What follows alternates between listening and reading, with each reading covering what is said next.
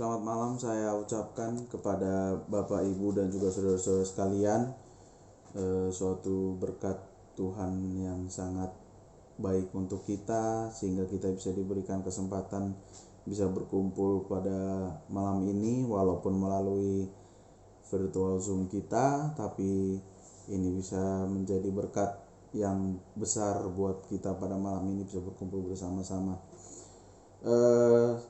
Selaku mahasiswa Fakultas Filsafat Universitas Advent Indonesia, saya Robin Simamora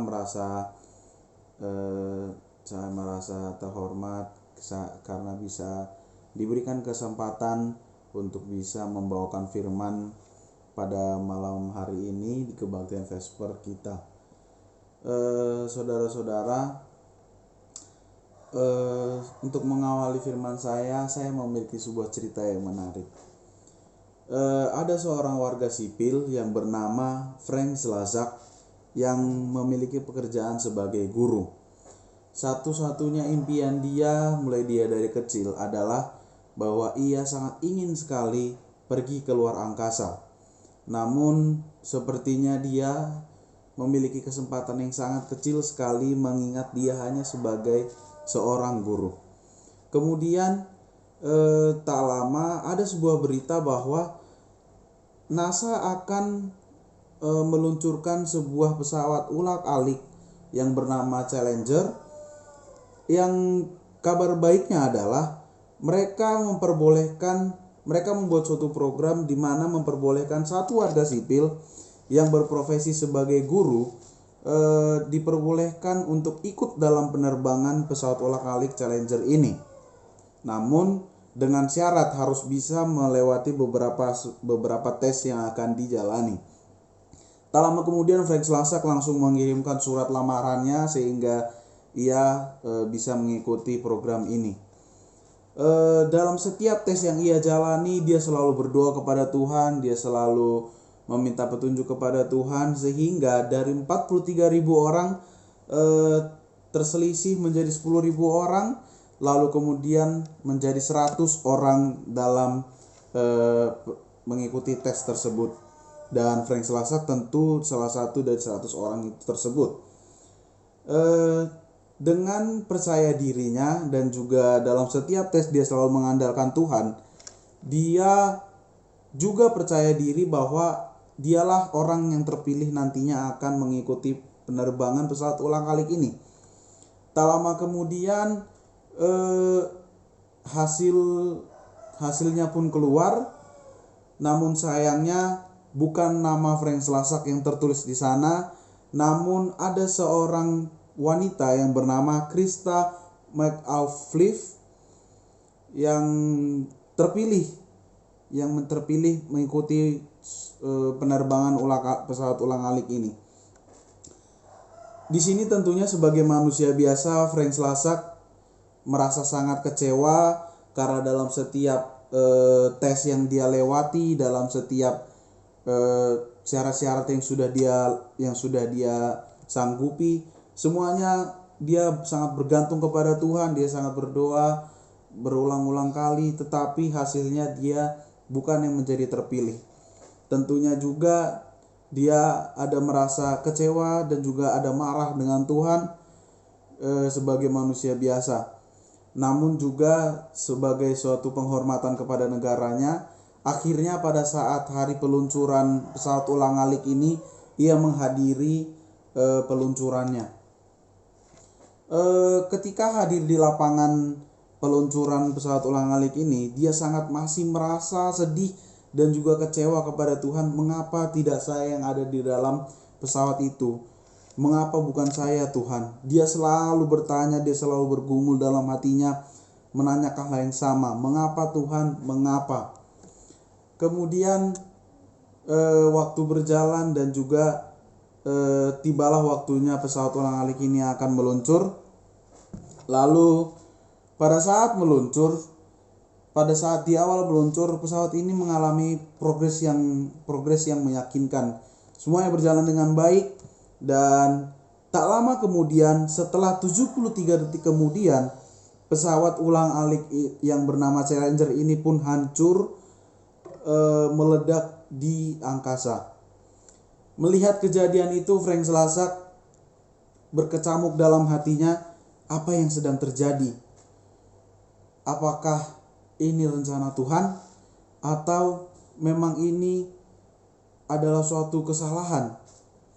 Di situ Frank Slazak sangat bersyukur kepada Tuhan akan apa keputusan Tuhan terhadap dirinya dalam kehidupannya. Itu mengapa dia menjadi sangat menyesal karena sudah marah dengan Tuhan, karena sudah melampiaskan semua kemarahannya kepada Tuhan. Saudara-saudara, seringkali kita itu berambisi akan mendapatkan sebuah ekspektasi kita, sesuatu yang sangat kita impikan, dan kita sangat berusaha keras untuk mendapatkannya. Sampai-sampai kita lupa bahwa kehendak Tuhan akan selalu ada dalam kehidupan kita. Itu mengapa dalam renungan firman saya pada malam hari ini saya membawakan dengan judul Baby Steps Power. Dengan ayatnya terdapat di Yesaya 55 ayat 8 dan juga 9 yang berbunyi, sebab rancanganku bukanlah rancanganmu dan jalanmu bukanlah jalanku, demikianlah firman Tuhan. Seperti tingginya langit dari bumi, demikianlah tingginya jalanku dari jalanmu dan rancanganku dari rancanganmu. Dari ayat ini sudah sangat jelas dikatakan kepada kita bahwa dalam setiap kehidupan kita, dalam setiap perjalanan kehidupan kita, pasti akan ada selalu celah di mana Allah akan selalu bekerja untuk kebaikan kita sendiri. Dalam mengejar suatu tujuan, dalam ingin meraih impian kita, tentunya kita membuat suatu rencana ataupun strategi bagaimana kita bisa mendapatkan apa yang kita impikan tersebut. Dan juga dalam membuat strategi itu pasti kita sangat mengusahakan strategi ini agar bisa berjalan dengan lancar. Namun seringkali dalam membuat rencana ataupun strategi, kita berpikir ketika kita menjalankannya, mengapa masih ada rencana yang gagal ketika kita mempersiapkannya dengan sangat matang, dengan sangat detail, dengan sangat baik, tetapi masih ada yang gagal. Mungkin seringkali kita melupakan bahwa kembali lagi Tuhan akan selalu berkehendak dalam kehidupan kita. Itu mengapa seringkali ada mungkin beberapa kali dalam kita membuat sebuah rencana ada yang gagal. Jawabannya simple, karena mungkin kita kurang mendekatkan diri kepada Allah dalam membuat rencana tersebut. Bagaimana kita bisa mengerti rancangan Allah kalau kita sendiri masih belum mendekatkan diri kita kepada Allah? Dalam Amsal 19 ayat 21 bisa kita buka bersama-sama. Amsal 19 ayat 21 mengatakan bahwa banyaklah rancangan di hati manusia, tetapi keputusan Tuhanlah yang terlaksana. Kita tidak bisa mengambil suatu pemikiran bahwa apa yang sudah kita perbuat dengan sangat baik dan juga sangat matang akan bisa berjalan dengan lancar kalau kita tidak membuat atau tidak menaruh Tuhan dalam perencanaan kita, ketika kita juga tidak mendekatkan diri kepada Tuhan. Pena Inspirasi mengatakan, lebih lagi daripada ini, Kristus mengubah hati itu, Dia tinggal di dalam hatimu karena iman. Sepatutnya engkau memelihara perhubungan dengan Kristus ini dengan iman serta penyerahan kehendakmu yang terus-menerus kepadanya. Selama engkau melakukan hal seperti ini, maka Dia akan bekerja di dalam dirimu, baik dalam kehendak dan berbuat sesuai dengan kehendaknya. Kebahagiaan sejati halaman 58 paragraf yang ketiga. Suatu poin yang bisa didapatkan bahwa kita memang harus terus-menerus menjalani kehidupan kita demi untuk bisa tetap hidup, bertahan hidup. Tapi apakah kita masih terus membawa Tuhan dalam kehidupan kita? Apakah kita masih terus menggandeng tangan Allah itu dalam kehidupan kita? Dalam Amsal 3 ayat 5 dan 6 mengatakan bahwa percayalah kepada Tuhan dengan segenap hatimu dan janganlah bersandar kepada pengertianmu sendiri. Akuilah Dia dalam segala lakumu, maka Ia akan meluruskan jalanmu. Ini adalah suatu ayat yang bisa menjadi bukti bahwa Tuhan itu akan selalu membantu kita ketika kita memang membutuhkan pertolongannya, ketika kita meminta kepada Tuhan. Lalu di dalam Roma 8 ayat 28 juga mengingatkan kepada kita. Kita sama-sama bisa buka dalam Alkitab kita, Roma 8 ayat 28 dengan berbunyi, kita tahu sekarang bahwa Allah turut bekerja dalam segala sesuatu untuk mendatangkan kebaikan bagi mereka yang mengasihi Dia, yaitu bagi mereka yang terpanggil sesuai dengan rencana Allah. Apakah kita sudah merasa terpanggil dengan rencana Allah? Apakah kita masih ragu-ragu dalam mengikuti rencana Allah itu? Kita masih seringkali juga bahwa apa yang menjadi kelebihan kita bisa kita selalu pakai, bisa kita selalu manfaatkan. Tapi kalau memang Tuhan berkehendak yang lain, kita tidak bisa memaksakan kehendak kita demi mewujudkan impian atau tujuan kita tersebut. Mungkin impian kita atau tujuan kita itu maksudnya adalah baik, tapi dalam berprogres, dalam menjalani prosesnya, apakah kita sudah menjalani proses itu dengan baik atau tidak? Apakah dalam rencana-rencana kita atau strategi kita untuk bisa mencapai tujuan tersebut, sudahkah kita bawa Tuhan dalam mencapai tujuan tersebut? Itu mengapa saya mengajak saudara-saudara di sini, kita harus bisa mengerti bagaimana bisa membuat rencana yang baik. Saya mungkin bisa menebak dari Bapak Ibu sekalian, mungkin pekerjaannya adalah seorang pengusaha atau dan yang lain-lain, yang dimana sudah terbiasa membuat sebuah rencana yang besar, yang sedang ataupun yang kecil. Saya di sini hanya ingin membagikan bagaimana pengalaman saya sebagai seorang mahasiswa dan juga siswa pada saat di jenjang sekolah, bagaimana diri saya ini selalu membuat suatu patokan dalam saya membuat rencana.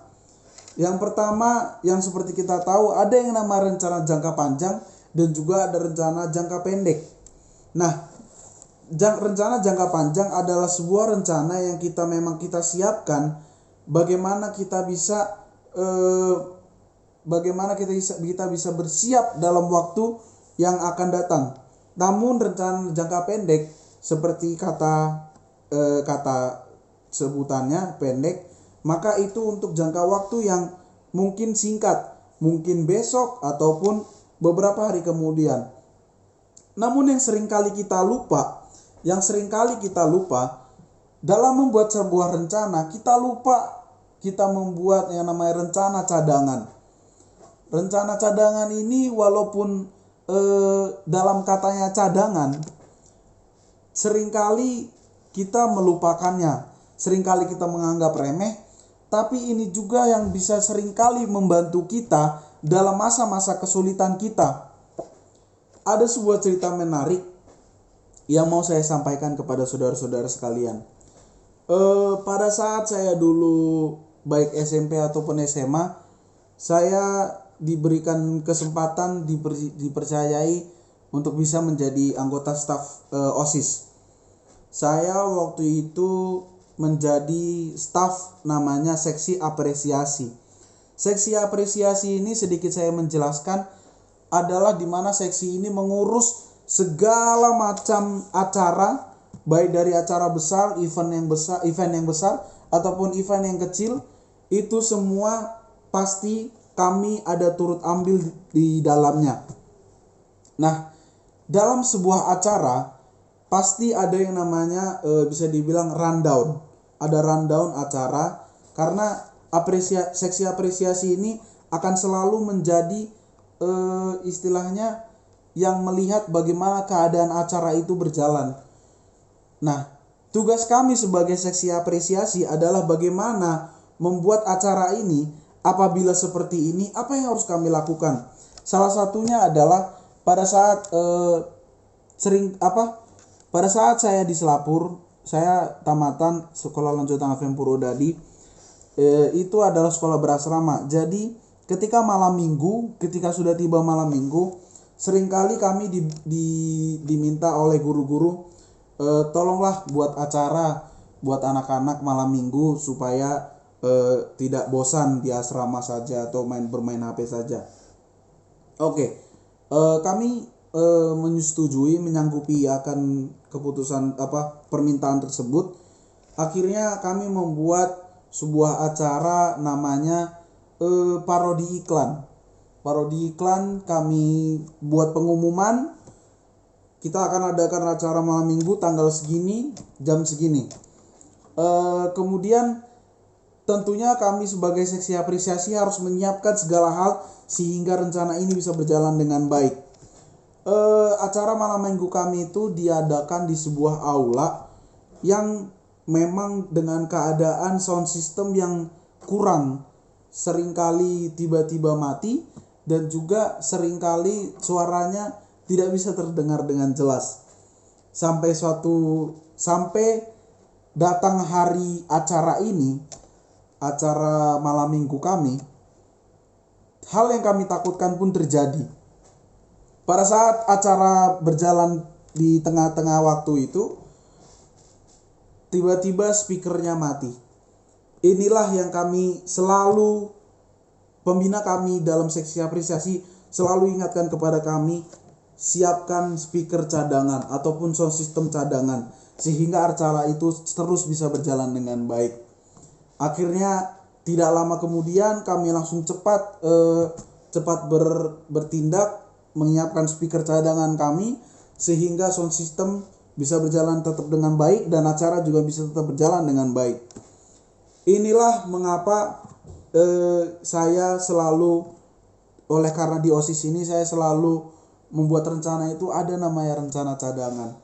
Dengan cerita tadi saya selalu mengingat bahwa rencana cadangan itu bisa menjadi hal yang sangat dibutuhkan ketika menjalankan sebuah event ataupun sebuah sesuatu yang kita bisa untuk mendapatkan tujuan atau impian kita.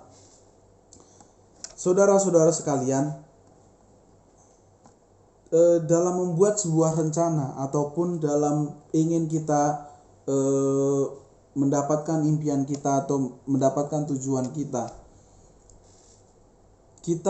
bisa ingat bagaimana banyak kejadian-kejadian di Alkitab yang seringkali mereka itu merasa kecewa oleh karena Tuhan tidak menghendaki apa yang mereka inginkan. Seperti juga cerita yang di awal tadi, bagaimana Frank Slazak ini memang dalam prosesnya dia selalu mengandalkan Tuhan, dia selalu berdoa kepada Tuhan, dan juga dalam setiap tesnya dia Tuhan kehendaki untuk lolos. Tapi seringkali kita berkata, namun mengapa Tuhan? Mengapa Tuhan di akhirnya engkau juga gagalkan? Kita sama-sama buka dalam Alkitab kita di dalam Ayub 42 ayat 2. Ayub 42 ayat 2. Ayub 42 ayat 2. Aku tahu bahwa engkau sanggup melakukan segala sesuatu dan tidak ada rencanamu yang gagal. Tuhan pasti memiliki sesuatu di balik segala sesuatu juga. Itulah hal yang seringkali kita itu dalam berpikir akan kehendak Tuhan itu kita tidak boleh berpikir secara logika manusia. Kita tidak boleh berpikir bagaimana Tuhan akan bertindak dalam kehidupan kita. Itu mengapa Frank Frank Slazak masih kurang mendekatkan diri kepada Tuhan karena dia masih lebih mementingkan atau lebih memikirkan apa yang menjadi logikanya ketika dia mengikuti tes tersebut. Kita tahu dalam Ayub ini orang-orang sangat kebingungan. Dia memiliki suatu kehidupan yang sangat sempurna dalam Tuhan. Dalam kehidupannya dia sangat takut dan patuh kepada Tuhan dan semua keluarganya juga. Tapi mengapa Tuhan membuat suatu cobaan yang sangat-sangat besar dalam kehidupannya dalam kitab Ayub ini?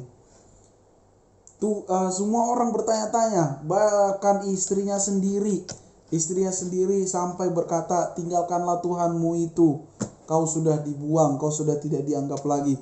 Sahabat-sahabatnya juga bertanya-tanya, mengapa dan mengapa. Pertanyaan mengapa ini pasti juga seringkali kita alami dalam kehidupan kita. Mengapa Tuhan? Mengapa Tuhan? Mengapa Tuhan? Tuhan dalam ayat ini kembali diingatkan sama kita, Ayub 42 Ayub 42 ayat 2, maaf. Tidak ada rencanamu yang gagal. Tidak akan ada sebuah kehendak Tuhan yang istilahnya ingin menjatuhkan kita. Tuhan selalu ingin yang terbaik dalam kehidupan kita. Baik, sebagai penutup ada beberapa poin yang bisa kita dapatkan. Yang pertama adalah tidak ada rencana yang sempurna yang dibuat oleh manusia. Hanya Allah lah yang bisa membuat sebuah rencana yang baik, sebuah rencana yang sangat sempurna, itu pun demi kebaikan kita sendiri, manusia, kita umat-umatnya. Lalu poin yang kedua, dalam kehidupan kita harus bisa mempunyai rencana. Kita harus bisa membuat rencana dalam kehidupan kita sehingga kita bisa mendapatkan apa yang kita impikan atau kita ingin kita tuju. Kemudian yang terakhir, tuntunan Tuhan bisa membantu kita dalam segala perencanaan kita, dalam segala kehidupan kita. Ayat terakhir, Ibrani 4 ayat 16.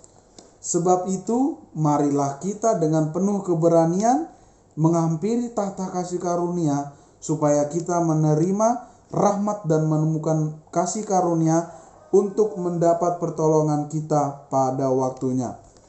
Jadi bagi saudara-saudara sekalian, mari kita bawa Tuhan dalam segala kehidupan kita, dalam segala perencanaan kita, sehingga Tuhan bisa turut bekerja di dalamnya. Kiranya Tuhan memberkati kita semua pada malam hari ini. Tuhan Yesus memberkati.